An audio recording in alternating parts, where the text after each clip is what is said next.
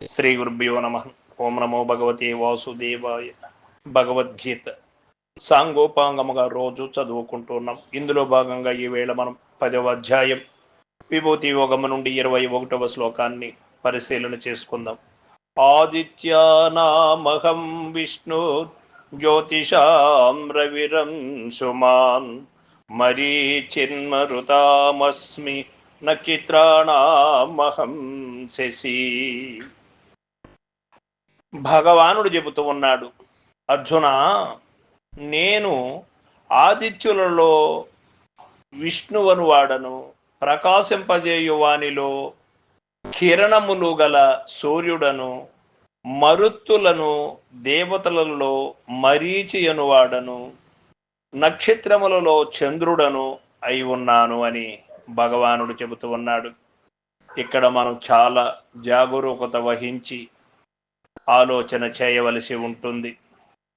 ఆదిత్యులు అనగా అతిథి కుమారులు 12. వీరిని ద్వాదశాదిత్యులు అందరు.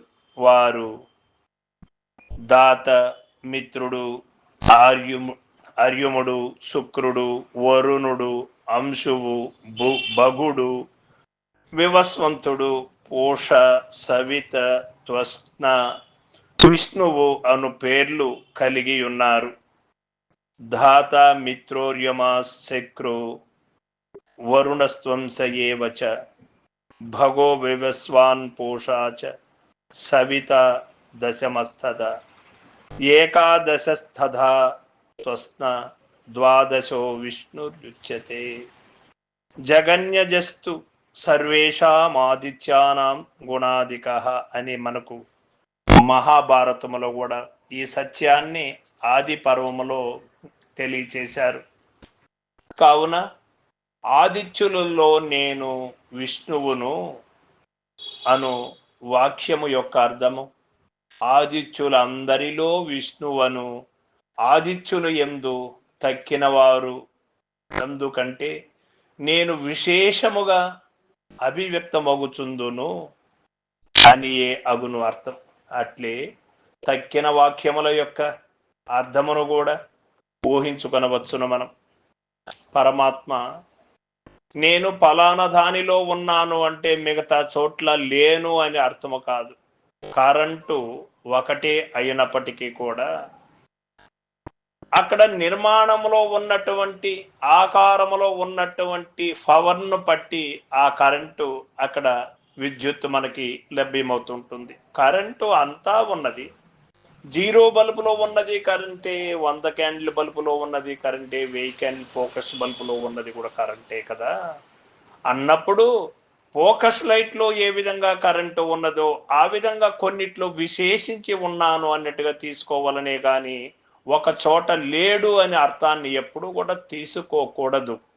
సూర్య ప్రతిబింబం ఉన్నప్పటికీ కూడా, సూర్యప్రకాశం సర్వత్రా వ్యాపించి ఉన్నప్పుడు కూడా అర్థమునందు, భూతద్దమునందు వచ్చినటువంటి ప్రకాశం అగ్ని రూపము దాల్చి కింద ఉన్నటువంటి వస్తువులను ఏ విధంగా దహింపజేస్తుంది, ఆ విధమున పవిత్రత కలిగినటువంటి హృదయములో ఉన్నప్పుడు పవిత్రమైనటువంటి భావములు కలిగి ఉంటుంది. అపవిత్రత కలిగినటువంటి హృదయములో ఉన్నది కూడా పరమాత్మనే.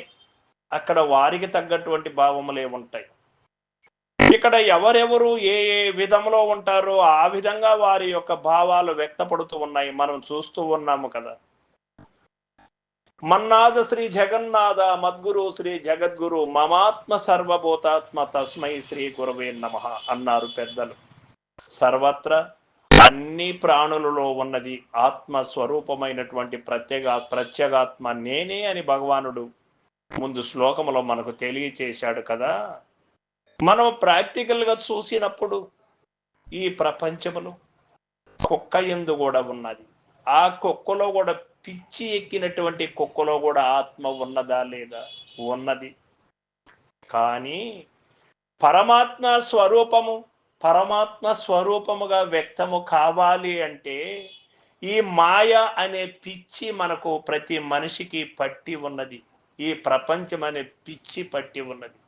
ఈ పిచ్చి తొలగించేటువంటి గురుడు వస్తే అజ్ఞానతిమిరాంధస్య జ్ఞానాంజనశలాకయ చక్షుర్మీలితం ఏన తస్మై శ్రీ గురవే నమః. అటువంటి గురుడు మనకు లభ్యమైనప్పుడు ఈ అజ్ఞానాంధకారం అంతా కూడా భస్మీభటమైనప్పుడు పరమాత్మ స్వరూపముగా మనకు వ్యక్తపడుతుంది. అందుచేత అర్జునుల కోరిక మేరకు కొన్ని చోట్లని ప్రత్యేకించి చెప్పవలసి వచ్చినదే కానీ ఒక్క చోట ఉండి ఒక్క చోట లేదు పరమాత్మ అనే భావన ఇక్కడ ఎవరికి కూడా రాకూడదు. సర్వం సద్గురు పాదార్పణమస్తు. జై గురుదేవ.